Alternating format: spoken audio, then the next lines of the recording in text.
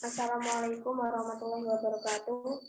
Yang terhormat Durelin Henning Karatri, SE, MM. Yang terhormat teman-teman kelas 3C yang kami banggakan, saya Nurina Damayanti selaku moderator dari kelompok 1 yang akan mempresentasikan PPT dengan judul Manajemen Keuangan Pendahuluan.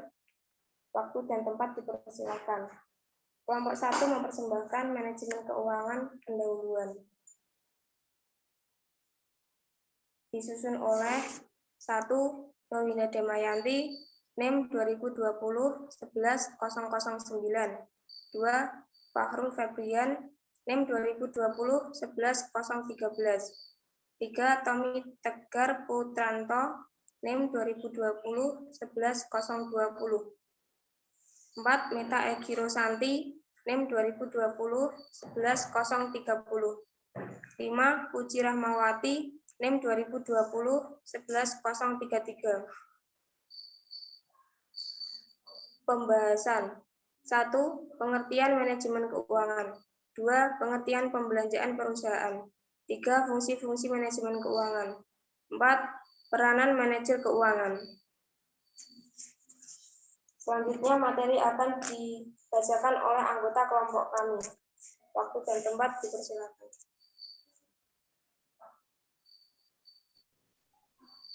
Apa itu manajemen keuangan? Manajemen keuangan adalah keseluruhan aktivitas yang bersangkutan dengan usaha untuk mendapatkan dana dan menggunakan atau mengalokasikan dana tersebut. Pembelanjaan perusahaan, dalam artian yang luas adalah business finance. Apa itu pembelanjaan perusahaan?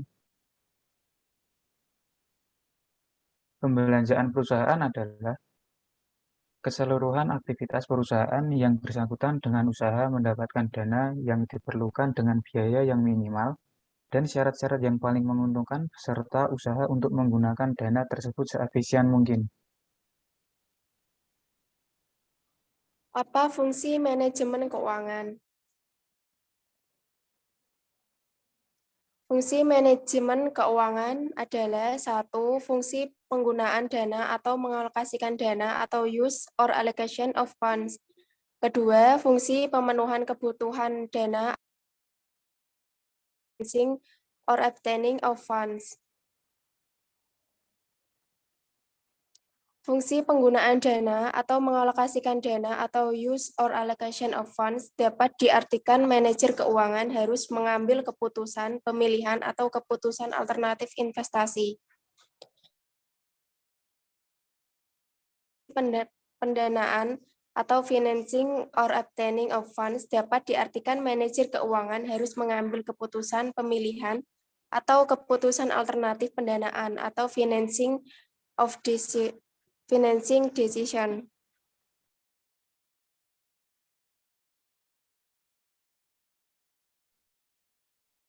Peranan manajer keuangan.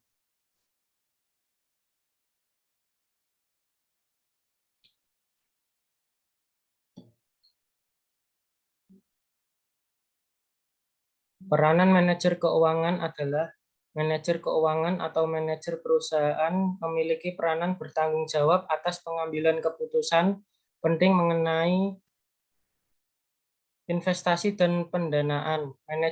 Manajer keuangan akan terlibat secara langsung dalam perencanaan dan pengendalian penggunaan dana atau pengambilan keputusan investasi. Manajer keuangan bertanggung jawab dalam memperoleh dana yang sesuai dengan kebutuhannya, baik mengenai jangka waktu, persyaratan maupun biayanya, atau mendanai investasi dan operasi perusahaan. Dengan demikian, manajer keuangan sangat berperan dalam melancarkan aliran kas atau dana dari luar ke dalam perusahaan, ataupun sebaliknya dari dalam keluar perusahaan, yaitu pembayaran dividen kepada pemilik perusahaan dan pembayaran kembali utang kepada kreditur. Peranan manajer keuangan dalam melancarkan aliran kas atau dana tersebut digambarkan sebagai berikut.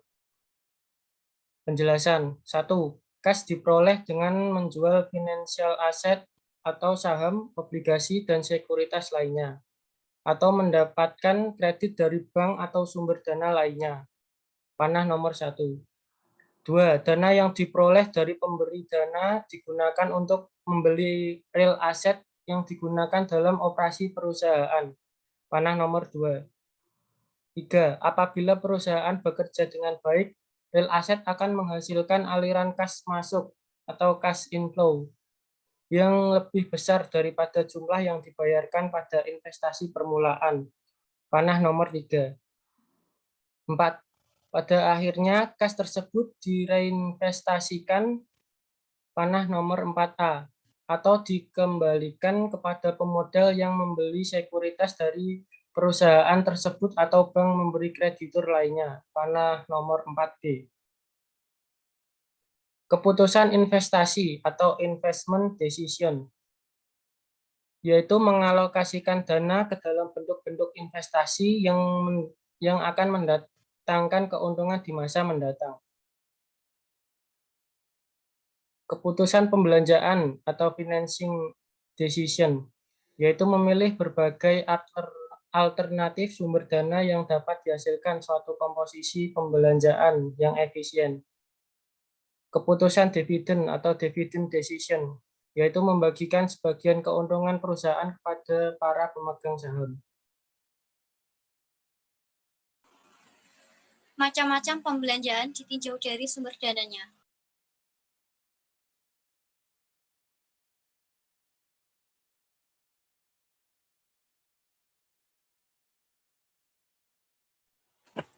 Satu, pembelanjaan dari luar perusahaan.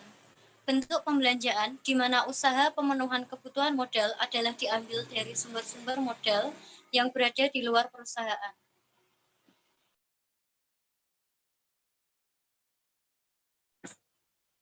Pembelanjaan dari luar perusahaan dibedakan menjadi 2, yaitu 1. Pembelanjaan sendiri atau equity financing, yaitu pemenuhan kebutuhan modal di mana dana berasal dari pemilik atau calon pemilik, peserta, pengambilan bagian atau modal saham, modal peserta, dan lain-lain, yang kemudian akan menjadi modal sendiri di dalam perusahaan tersebut. 2. Pembelanjaan asing atau pembelanjaan dengan utang atau debt financing, yaitu kebutuhan modal di mana dana berasal dari para bank, asuransi, dan kredit-kredit lainnya. Yang ini bagi perusahaan yang bersangkutan merupakan utang atau modal asing. Yang ini disertai dengan kewajiban-kewajiban tertentu. 2. Pembelanjaan dari dalam perusahaan, yaitu bentuk-bentuk pembelanjaan di mana pemenuhan kebutuhan modal tidak diambil dari luar perusahaan, melainkan diambil dari fund yang dibentuk atau dihasilkan sendiri di dalam perusahaan.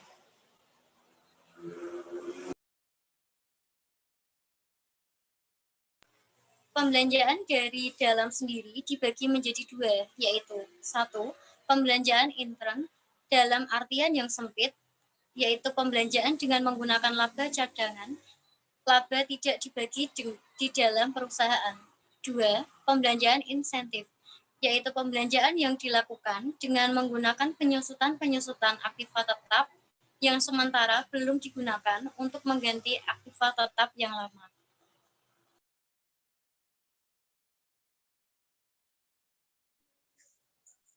Terima kasih.